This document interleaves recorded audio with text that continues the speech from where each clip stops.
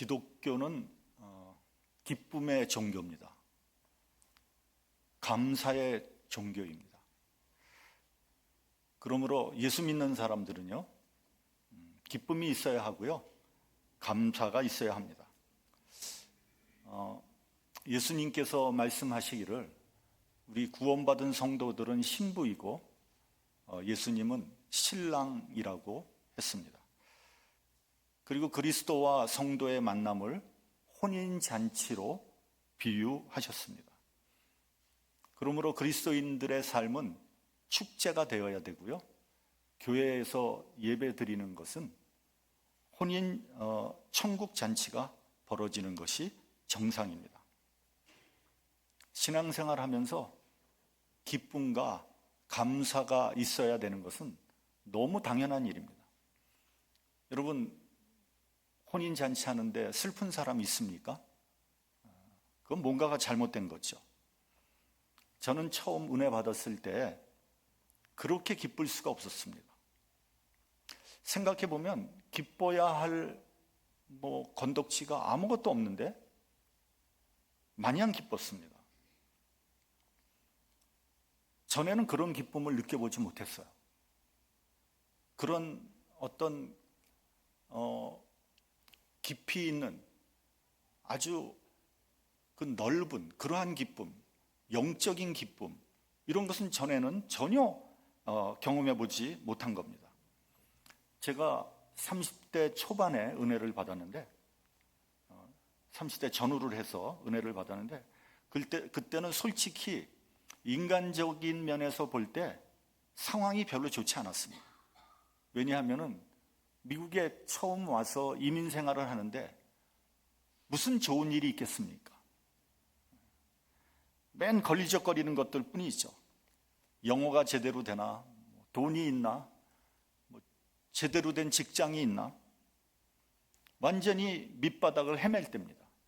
하나님께서 밑바닥을 헤매게 그렇게 하신 것 같아요. 그런 가운데서 하나님의 은혜를 받았습니다. 기쁨이 제 심령 가운데 몰려드는데 감당이 안 되더라고요. 근데 내가 왜 이렇게 기쁜가 한번 생각을 해봤더니 예수를 믿는 것 외에는 다른 기쁨이 하나도 없는 거예요. 참 이상한 일이었어요. 그렇게 기쁘니까 제 심령에 감사한 마음이 충만해졌어요. 근데 이 충만이라는 단어가 저는 참 적합한 단어다, 이렇게 생각을 했습니다. 그러니까 우리의 심령 가운데 기쁨과 감사가 너무 많으니까 다른 것들은 끼어들 여지가 없는 거예요. 그것이 충만하다는 거죠. fulfill 됐다는 거죠. 다른 게 들어올 여지가 없어요.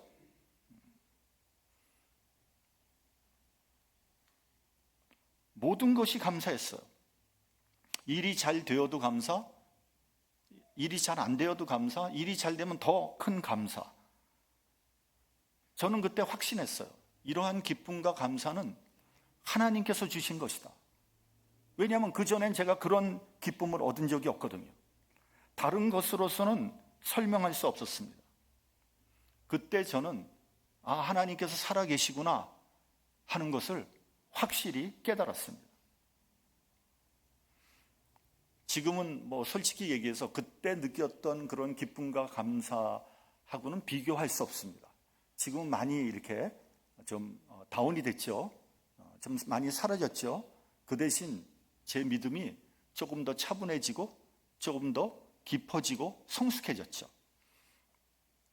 저는 여러분 모두가 신앙생활을 하면서 이러한 기쁨과 감사가 있기를 바랍니다. 여러분 혹시 신앙생활 하면서 슬프다거나 고통스럽다거나 괴롭다거나 이러면 이거는 완전히 잘못된 겁니다. 그건 근본부터가 잘못된 거예요. 그래서 내가 왜 이런지를 그 원인을 빨리 찾아내서 고쳐야 되는 거예요. 복음서를 보면요, 세례 요한의 제자들이 예수님께 따지듯이 물어봅니다. 우리와 바리새인들은 금식을 하는데 왜 예수님의 제자들은 금식하지 않습니까? 그때 예수님께서 이렇게 대답하셨습니다. 혼인집 손님들이 신랑과 함께 있을 동안은 슬퍼할 수 있겠느냐? 그러니까 지금 혼인잔치를 하는데 신랑과 같이 있는데 어떻게 슬퍼할 수 있겠는가? 어떻게 금식할 수 있겠는가? 그러나 신랑을 빼앗길 날이 이르리니 그때 가서는 금식하리라. 이렇게 말씀하셨어요. 그리스도와 성도가 만나는 혼인잔치에서 슬픔이나 금식은 가당치 않다는 거예요. 어떤 신학자가 이런 말을 했습니다. 가장 수준 높은, 가장 최고의 성자는 어떤 사람인가? 기도를 많이 했다거나 금식을 많이 했다거나 헌신과 봉사를 많이 한 사람이 아니라 범사에 하나님께 감사하는 사람이다. 그렇게 얘기했어요. 저는 이 말이 참 맞는 말이다 이렇게 생각을 합니다.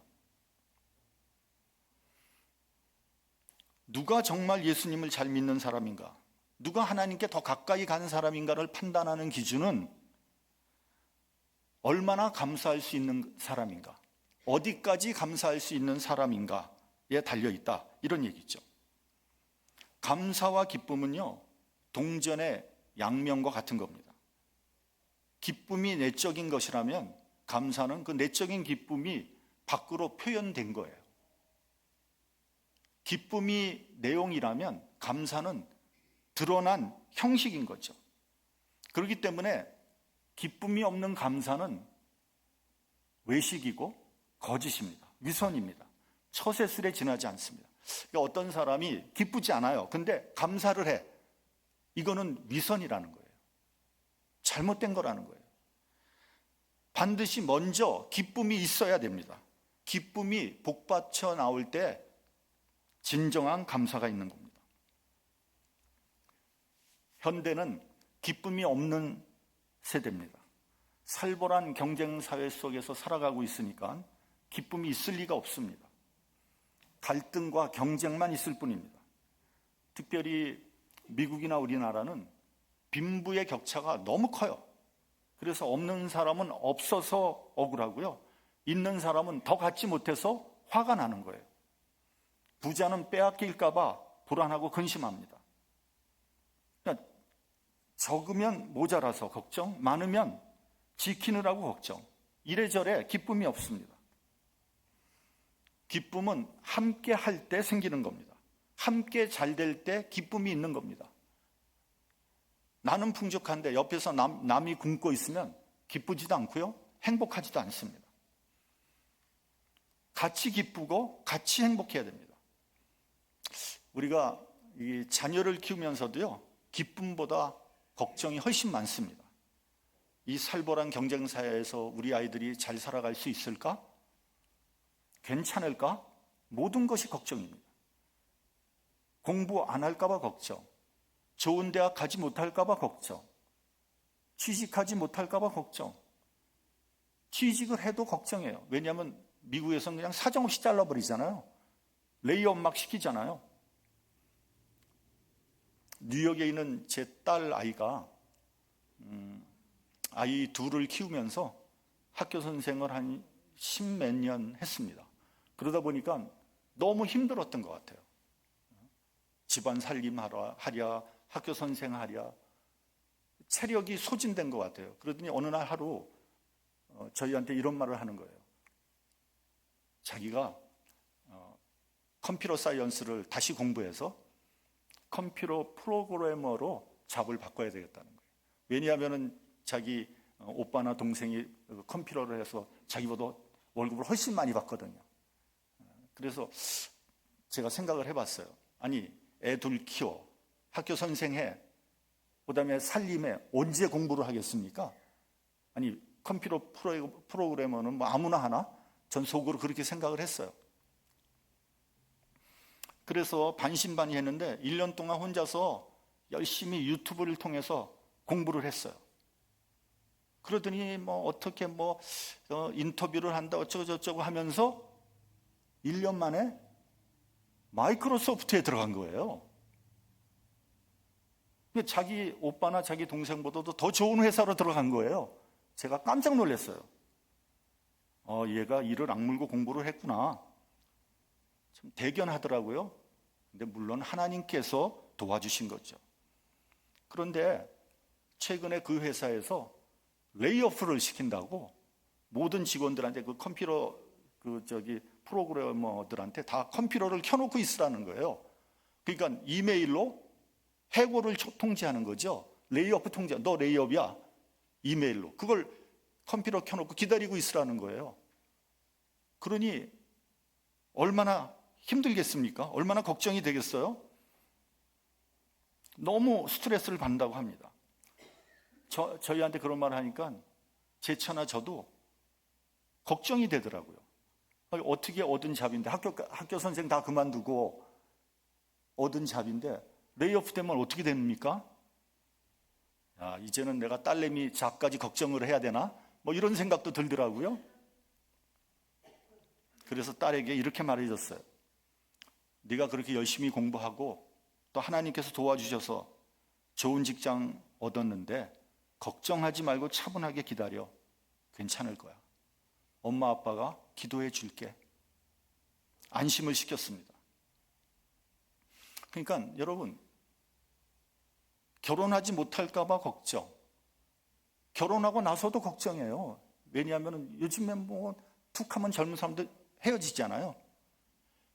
얘네들이 끝까지 잘 살 수 있을까? 손주가 생겨도 걱정. 얘네들이 이 어린 손주들이 잘 자랄까? 모든 것이 노심초사입니다. 오죽하면 노파심이라는 말을 할까요? 왜 좀 나이 든 할머니들이 별거 다 걱정하잖아요. 왜 이렇게 걱정 근심이 많고 기쁨이 없을까 생각해 봤어요. 믿음이 없기 때문에. 그 무거운 짐을 홀로 지고 가고 있으니 기쁨이 생길 리가 없습니다. 하나님을 믿고 맡기시기 바랍니다. 여러분, 믿음이 없으면 기쁨도 없습니다. 매사가 불안하죠. 마찬가지로 기쁨이 없으면 믿음도 존재할 수 없어요. 그러니까 믿음과 기쁨은 언제나 함께 가는 거예요. 사도행전에 나오는 초대교회는 기쁨이 충만한 교회였어요. 사도행전 2장 46절 47절을 보면 날마다 마음을 같이하여 성전에 모이기를 힘쓰고 집에서 떡을 떼며 기쁨과 순전한 마음으로 음식을 먹고, 그러니까 교회에서 음식을 먹을 때도 기쁨으로 먹어야 돼요. 하나님을 찬미하며 또 온 백성에게 칭송을 받으니 주께서 구원하는 사람을 날마다 더하게 하셨다. 이렇게 말씀하고 있습니다. 그러니까 모이기를 힘쓰고 기쁨이 넘치고 하나님을 찬미하는 해서 그러니까 기쁨이 넘친 자연이 부흥하게 되어 있습니다. 반대로 서로 반목하고 서로 싸우면 그 교회는 부흥할 리가 없는 거죠. 그런 교회가 부흥을 한다면 기적인 거죠. 여러분, 기뻐할 때 봉사할 수 있는 겁니다. 기뻐해야지 헌신할 수 있고요, 전도할 수 있습니다. 내가 기뻐하지 못하는 복음을 도대체 누구에게 전하겠습니까? 내가 기뻐하지 않고 하는, 억지로 하는 사역에 무슨 선한 열매가 맺힐 수 있겠습니까? 기쁨에는 몇 가지 종류가 있습니다. 첫째는 세상적인 기쁨이 있어요. 세상적인 욕구가 충족되었을 때 기쁨이 있죠. 갖고 싶은 것을 갖게 되었을 때, 바라던 것이 이루어졌을 때 느끼는 기쁨이 있습니다. 소유와 성취의 기쁨이죠. 당연히 기쁜 일이지만 그러한 기쁨은 순간적이고 일시적이에요. 오래가지 않습니다. 둘째는 철학적인 기쁨이 있습니다. 지적인 기쁨이라고도 합니다. 여러분, 우리나라 말에 불행 중 다행이란 말이 있잖아요. 불행한 일이 생겼어요. 근데 생각해 보니까 더 큰 불행이 오지 않은 것을 감사하게 되는 거죠. 더 큰 불행이 왔다면 어떻게 할 뻔했나? 예를 들면 뭐 강도를 당해서 모든 것을 다 빼앗겼다고 생각을 해보세요. 억울하고 분하죠. 근데 가만히 생각을 해보니까 그래도 내 몸이 성한 게 얼마나 다행스러운 일인가? 그러니까 깊이 생각해 보니까 감사한 거예요. 그게 바로 철학적인 기쁨입니다. 셋째는 절대적인 기쁨이 있어요. 어떤 일이 생겨도 감사한 거예요. 어떠한 상황에서도 기쁜 거예요. 이런 기쁨이 그리스도인의 기쁨입니다. 물론 그리스도인이라고 해서 뭐 세상적인 기쁨이나 철학적인 기쁨을 가지지 말라는 건 아닙니다. 그런 기쁨이 잘못됐다는 것도 아니에요. 다만 그리스도인의 기쁨은 차원이 다르고 근원이 다릅니다. 기독교적인 기쁨의 뿌리는요, 죄사함의 기쁨이에요. 죄사함을 받았다는 거예요. 죄에서 자유함을 받은 기쁨입니다. 여러분, 물질적으로 성공하면 큰 기쁨이 있습니다. 그러나 그런 기쁨은 말씀드렸지만 오래가지 않습니다. 더 큰 성공하고 싶고요, 더 많이 돈을 벌고 싶은 거예요. 어느 유명한 재벌에게 신문기자가 물었다는 거 아닙니까? 당신은 그렇게 성공을 하고 그렇게 많은 돈을 벌었으니 이제는 만족하십니까? 재벌이 이렇게 얘기했다는 거 아닙니까? 조금만 더 벌었으면 좋겠습니다. 조금만 더 그렇게 많이 돈을 벌었는데도 조금만 더 벌었으면 좋겠습니다. 그래서 여러분, 세상적인 성공은요, 마치 소금물을 마시는 것 같아서 성공을 하면 할수록 더 목마른 거예요. 세상적인 기쁨은요, 항상 우리를 더 목마르게 합니다. 젊음과 건강 때문에 기뻐한다면 그거 오래 못 갑니다. 늙고 병들면 절망적인 슬픔이 다가올 거예요. 늙지 않으려고 몸부림을 쳐도 안 됩니다. 아무리 젊게 보이려고 용을 써도 안 됩니다. 소용없습니다. 세상 없는 미남 미녀도요, 70살이 넘어가니까 다 별 볼 일 없더라고요. 어떤 때는요, 꼴 보기 싫더라고요. 옛날에 그렇게 잘생겼는데, 옛날에 그런 미녀였는데 TV에 나와서 주책 떠는 걸 보면요, 막 밉살머리스럽더라고요, 어떤 때는. 여러분, 인간은 그런 겁니다. 하나도 예쁘지 않습니다. 그래서 나이가 들면 다 정과 의리로 사는 거지 뭐 예뻐서 잘생겨서 사는 거 아닙니다. 죄에서 자유함을 받았다는 것을 우리는 사실은 실감하지 못합니다. 그게 도대체 무슨 기쁨일까? 아니, 죄에서 자유함을 받은 게 그렇게 기쁜 일인가? 전에 제가 뉴스에서 보았습니다. 어떤 사람이 죄를 저질러서 수배를 당해요. 그러니까 맨날 도망다니고 숨어 다니고 뭐 도망치고. 근데 언제까지 도망치겠습니까? 돈 떨어지죠. 숨겨줄 사람 없어지죠. 더 이상 숨을 데 없죠. 그러니까 여기저기 도망다니다 결국은 자수했어요. 잡히고 나서 이런 말을 합니다. 잡히고 나니까 오히려 마음이 후련합니다. 차라리 감옥 속에 들어가는 게 낫지 도망다니는 거 절대로 못할 일입니다. 너무너무 힘들었다는 거예요. 제가 전에 한국에서 대학교 다닐 때, 그때는 장발 단속이 있지 않았습니까? 제가 장발로 걸렸어요. 걸려서 유치장 파출소로 잡혀갔어. 하룻밤을 거기서 지내는데 정말 힘들더라고요. 그 안에 별의별 사람들이 다 들어오는 거예요. 뭐 술 주정하는 사람, 뭐 싸우다가 들어온 사람, 뭐 소매치기, 별 잡범들이 다 들어왔는데 그들과 함께 하룻밤을 지내는데요, 단 10분도 거기 있고 싶지 않더라고요. 너무너무 힘든 거예요. 제발 좀 빨리 나갔으면. 그런데 여러분, 몇 년씩 감옥에 있는 사람들 얼마나 힘들겠습니까? 감옥에서 죄값을 다 치르고 나오면 얼마나 홀가분하고 기쁘겠습니까? 그 자유함은 이루 말로 표현할 수 없는 거죠. 그러나 아무리 감옥에서 죄값을 치렀다고 해도요, 우리의 죄가 완전히 없어지는 것은 아닙니다.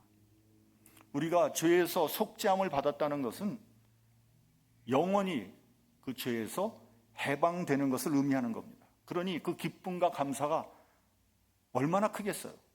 영원히 변치 않을 겁니다.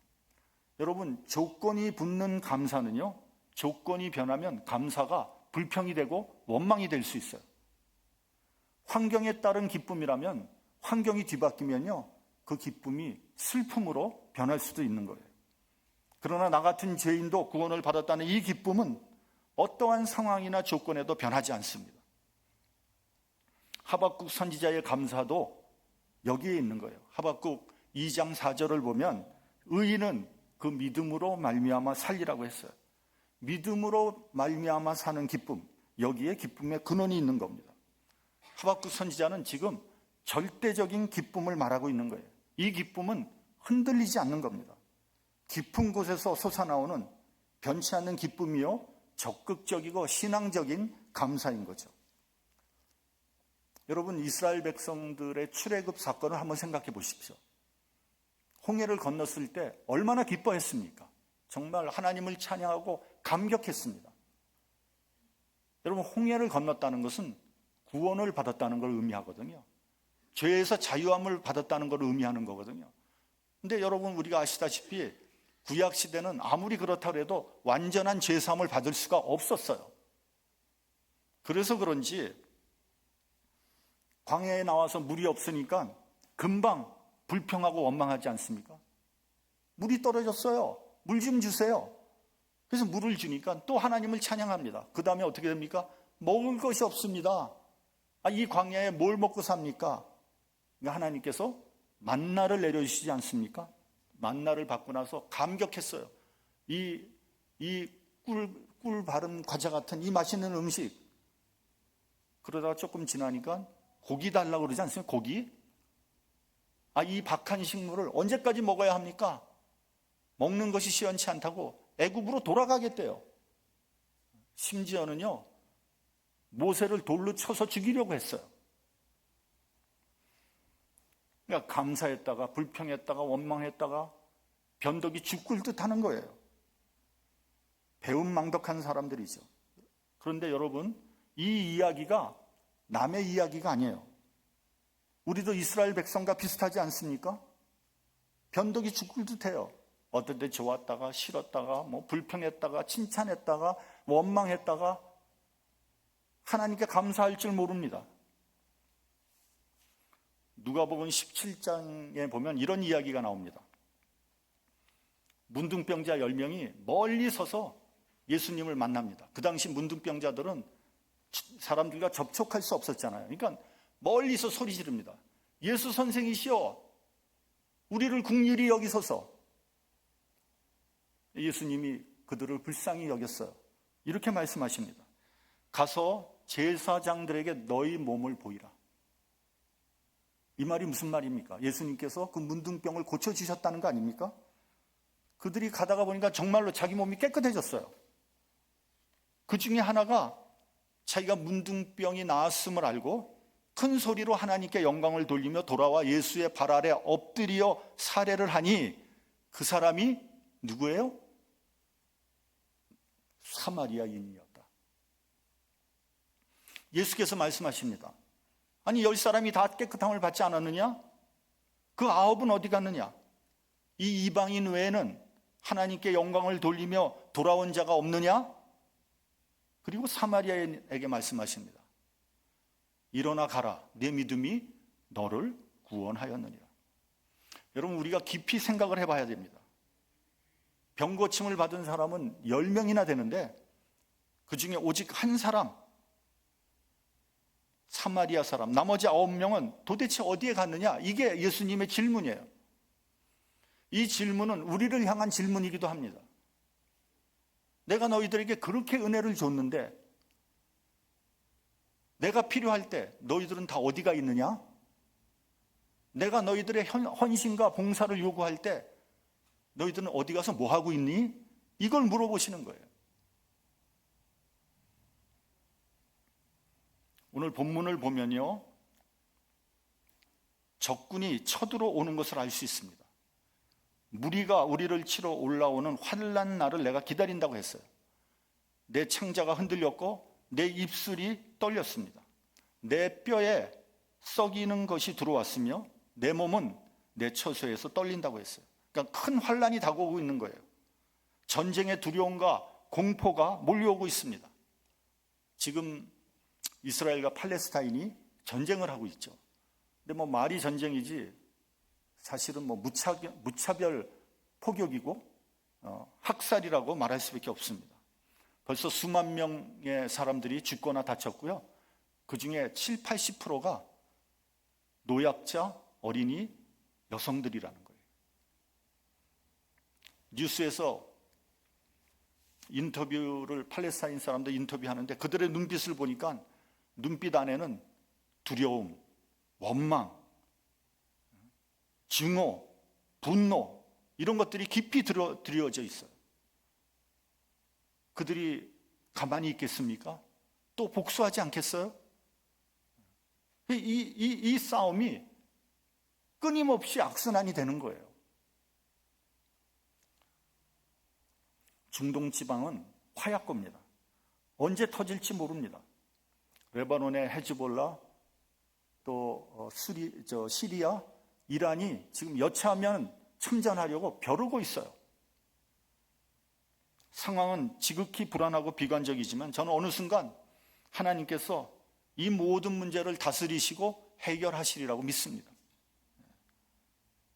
그것이 하박국 선지자의 믿음이에요. 하박국 선지자는 죄악과 혼돈 속에서, 전쟁과 사륙 속에서 하나님의 구원을 봤어요. 하나님의 진노와 심판이 있지만 동시에 하나님의 자비와 은혜도 있다는 것을 알고 기뻐했습니다. 실패와 좌절도 있지만 동시에 하나님의 인도와 축복이 있다는 것을 믿고 있었습니다. 그래서 현실은 암담하지만 하나님의 은혜를 생각할 때 기뻐할 수 있고 감사할 수 있었던 거죠. 그 기본은 흔들리지 않는 절대적인 믿음이에요. 우리 본문 17절을 같이 봉독을 하겠습니다. 본문 17절. 자, 시작. 비록 무화과 나무가 무성치 못하며 포도나무에 열매가 없으며 감람나무에 소출이 없으며 밭에 식물이 없으며 우리의 양이 없으며 외양간에 소가 없을지라도. 그러니까 여러분, 포도나무가 무성치 않아요. 포도 열매가 없어요. 감람나무에 소출이 없어요. 밭에 식물이 없어. 우리의 양도 없어. 외양간에 소도 없어. 이게 어떻게 되는 겁니까? 이게 완전히 망한 거 아닙니까? 절망적인 상황 아닙니까? 그런다고 해도 나는 여호와로 인하여 즐거워하며 구원의 하나님을 인하여 기뻐한다는 거예요. 상태가 지극히 나빠요. 상황이 암담합니다. 앞이 보이질 않아요. 꽉 막혔습니다. 어디를 봐도 희망이 없어요.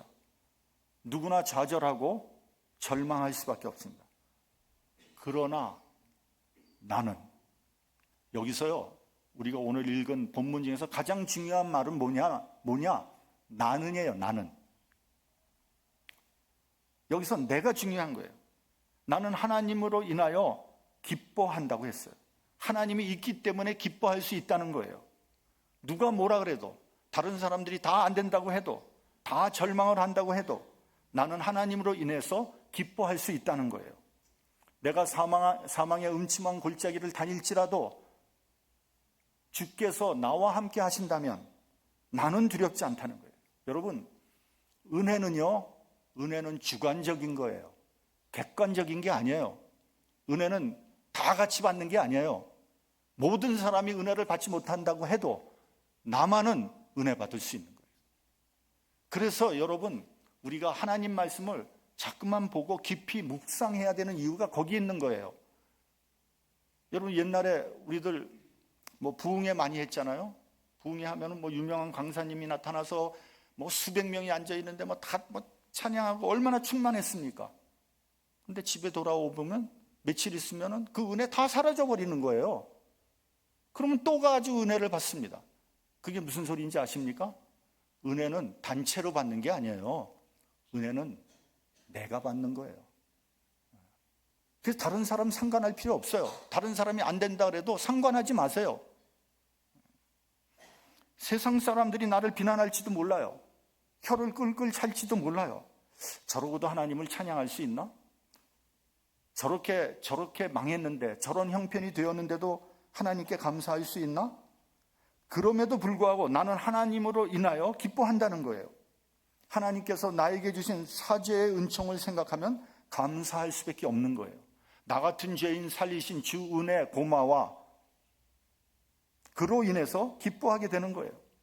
어떠한 상황에서도 나만은 하나님께 감사한다고 고백하는 저와 여러분이 되시길 바랍니다. 조건이 좋아서 만사가 형통해서 감사하는 조건적인 그리스도인이 되지 마시기 바랍니다. 그런 그리스도인들은 가짜예요. 조건과 상황을 초월해서 하나님 때문에 기뻐하고 하나님만을 찬양하는 저와 여러분이 되시기를 주님의 이름으로 축원합니다. 기도하겠습니다.